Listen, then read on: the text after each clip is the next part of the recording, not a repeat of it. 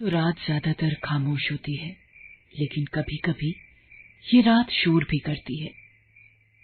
लेकिन रात के इस शोर को सुनना इतना आसान नहीं है। रात के 12 बज गए थे और रंजीता अपने बिस्तर पर उदास सी बैठी थी। कभी वो खिड़की के बाहर झांकती तो कभी बिस्तर पर चुपचाप बैठ जाती, फिर बाहर बालकनी में जाकर खड़ी हो जाती। उसके हाव भाव बता रहे थे कि वो किसी का इंतजार कर रही थी। क्या बात हो गई आज? इस समय तक तो वो आ जाता था। तभी रंजीता की हवेली के पीछे एक आदमी चढ़ता हुआ दिखाई देता है। उसने अपने चेहरे को बड़े से तौलिए से ढक रखा था।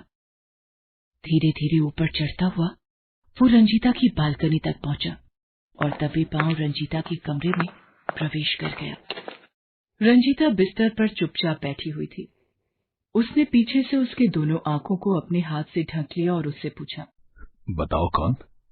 रंजीता ने उसके हाथों को पहले तो प्यार से छुआ और फिर उसे झटकते हुए बोली, 2 दिन हो गए, तुम्हें अब फुर्सत मिली है मेरे पास आने की।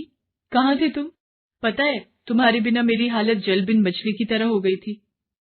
ये कहकर रंजीता ने उस युवक को गले से लगा लिया और रंजीता की बातों को सुनकर उस युवक ने अपने चेहरे से तौलिया हटाया और फिर कहा, आपको पता नहीं है क्या? मालिक ने मुझे 2 दिनों के लिए शहर भेजा था।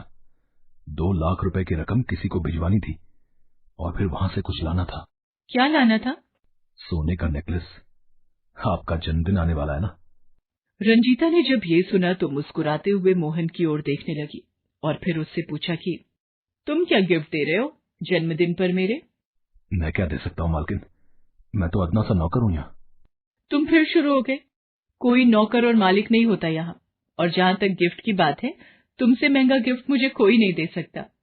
ये कहकर रंजीता ने एक बार फिर मोहन को गले से लगा लिया और फिर वे दोनों डूब गए प्रेम के समंदर में, जहाँ पर डूबने के बाद बड़ा छोटा कोई नहीं होता, बस वहाँ होता है प्यार, प्यार और प्यार।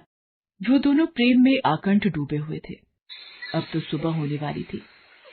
तभी रंजीता के पिता ठाकुर वीरभद्र सिंह की जोरदार आवाज दोनों के कानों में पड़ी, मोहन, मोहन, अरे कहाँ मर गया रे? ठाकुर साहब की आवाज सुनकर हल्की नींद में चले गए मोहन और रंजीता हड़बड़ाकर उठ बैठे। दोनों के दिल की धड़कन जोर जोर से धड़कने लगी। अरे मालिक, मालिक जाग गए। आज तो गड़बड़ हो गई।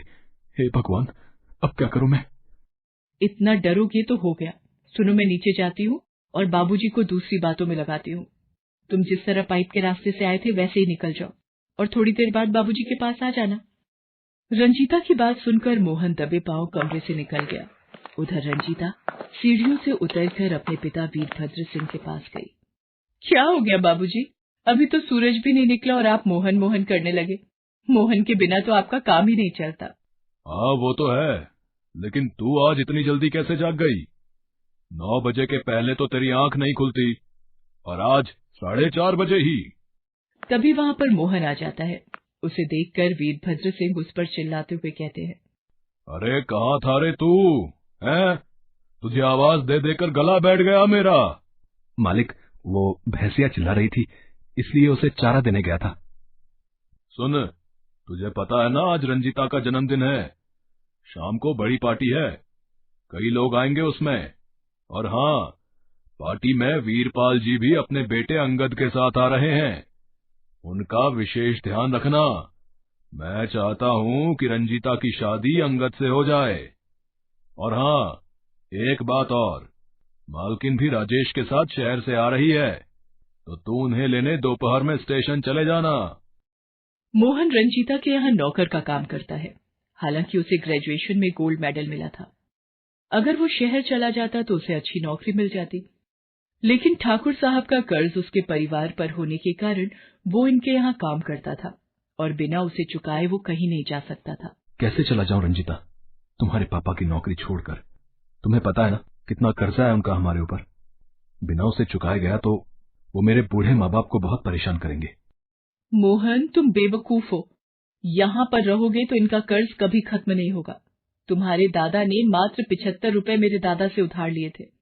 वो 5 लाख कैसे बन गया मेरी समझ से बाहर है वो। मोहन के पिता भी इस घर में नौकर थे और उसके दादा भी।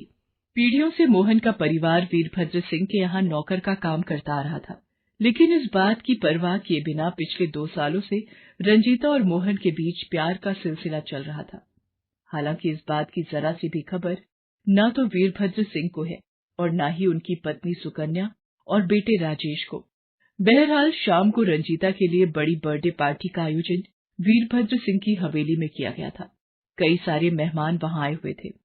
दोस्तों, आज मेरे लिए बहुत ही खुशी का दिन है। आज मेरी इकलौती बेटी रंजीता का जन्मदिन भी है और आज मैंने इसके भविष्य के लिए एक बहुत बड़ा फैसला किया है। उसके बाद वीरभद्र सिंह ने रंजीता और अंगद की 15 दिन बाद सगाई की घोषणा कर दी। उस घोषणा को सुनकर रंजीता तुरंत ही वहां से चली गई। सभी ने सोचा कि वो शर्मा गई है, लेकिन वो कहते हैं ना, इश्क को आप कितना भी छुपाएं ये छिप नहीं सकता। 2 दिन बाद की बात है। रंजीता को लगातार उल्टियां हो रही थी।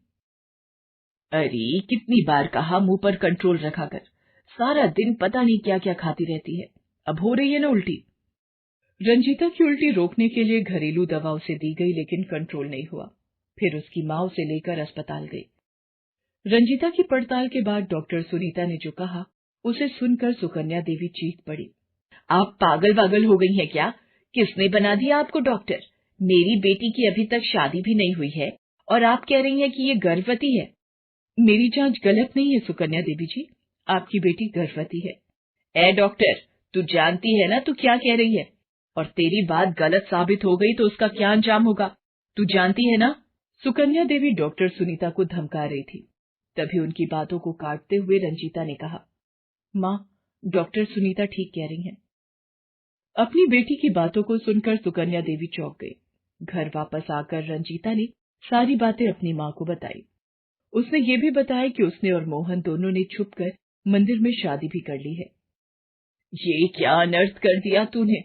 अरे कुछ तो हम लोगों का मान रखा होता। हम लोग ठाकुर हैं और तूने अपने यहाँ पीढ़ियों से नौकर रहे एक परिवार के लड़के से प्यार कर लिया, और ना सिर्फ प्यार किया, उसके साथ मुंह भी काला कर लिया।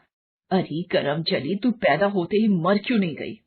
शाम तक ये बात वीरभद्र सिंह और उनके बेटे राजेश को पता लग गई। दोनों का खून खौल उठा। राजेश उसी समय राइफल लेकर मोहन को मारने के लिए निकल रहा था। तभी सामने से मोहन आता हुआ दिखा। राजेश ने आव देखा न था, बंदूक उसके ऊपर तान दी। ये देखकर रंजीता भागी भागी आई। ये क्या कर रहे हो राजेश भैया? मोहन को छोड़ दो, मैं उससे बहुत प्यार करती हूँ। रंजीता की बात सुनकर राजेश ने बंदूक की बट से रंजीता के सिर पर जोर से मारा। वो बेचारी लहूलुहान हो गई। रंजीता की यह हालत देखकर मोहन ने राजेश की राइफल को अपने हाथ में पकड़ लिया और उससे कहा, अगर आपने एक बार और रंजीता पर हाथ उठाया ना, तो मुझसे बुरा कोई नहीं होगा। उसकी बात को सुनकर वीरभद्र सिंह और राजेश ने अपना आपा खो दिया। 2 कौड़ी के नौकर हैं, तू हमें धमका रहा है? राजेश, पानी सर के ऊपर जा चुका है, इसलिए इसे छोड़ना मत। इसने बहुत बड़ी गलती की है। कल को कोई और ऐसी गलती करने की जुर्रत ना करे, इसलिए इसको इस बात की सजा देना बहुत जरूरी है। पिता की बातों को सुनकर राजेश ने एक बार फिर से बंदूक की नाल मोहन की ओर की। एक जोरदार धमाका हुआ और कुछ देर के लिए हर ओर खामोशी छा गई। लेकिन जब खामोशी टूटी तो राजेश के सामने उसकी तड़पती हुई बहन रंजीता थी। मोहन, मोहन, भाग जा तू, भाग जा यहाँ से। ये लोग तुम्हें जिंदा नहीं छोड़ेंगे। इन लोगों की नजर में प्यार की कोई अहमियत नहीं है। ये प्यार है, प्यार। शादी के पहले दूसरे के बच्चे को पेट में लेकर घूम रही हो और उसे प्यार कह रही हो। शादी तो हमने भगवान के सामने कर ली है पिताजी। ईश्वर गवाह है हमारे प्यार और शादी का। आप लोग इस रिश्ते को स्वीकार कर लें पिताजी, स्वीकार कर लें। हम ठाकुर हैं, यहाँ अवैध रिश्ते बनाए जाते हैं, स्वीकार नहीं किए जाते। ये कहकर वीरभद्र सिंह ने अपने बेटे के हाथ से राइफल छीन ली और उससे एक गोली और उसके बाद मोहन को भी रंजीता, रंजीता, मोहन, मोहन। एक बार फिर से एक प्यार ने बीच रास्ते में ही दम तोड़ दिया, क्योंकि वो प्यार अमीर और गरीब के बीच था। दोस्तों, लोग भले ही कहते हैं कि प्यार अमीरी और गरीबी नहीं देखता, लेकिन सच इससे कोसों दूर है। लेकिन वो कहते हैं ना कि प्यार को जितना रोकोगे वो उतना ही वेग से बढ़ेगा। आज भी कोई ना कोई रंजीता मोहन से प्यार कर रही है, और कोई मोहन रंजीता के ख्वाब बिना किसी ऊंच नीच की परवाह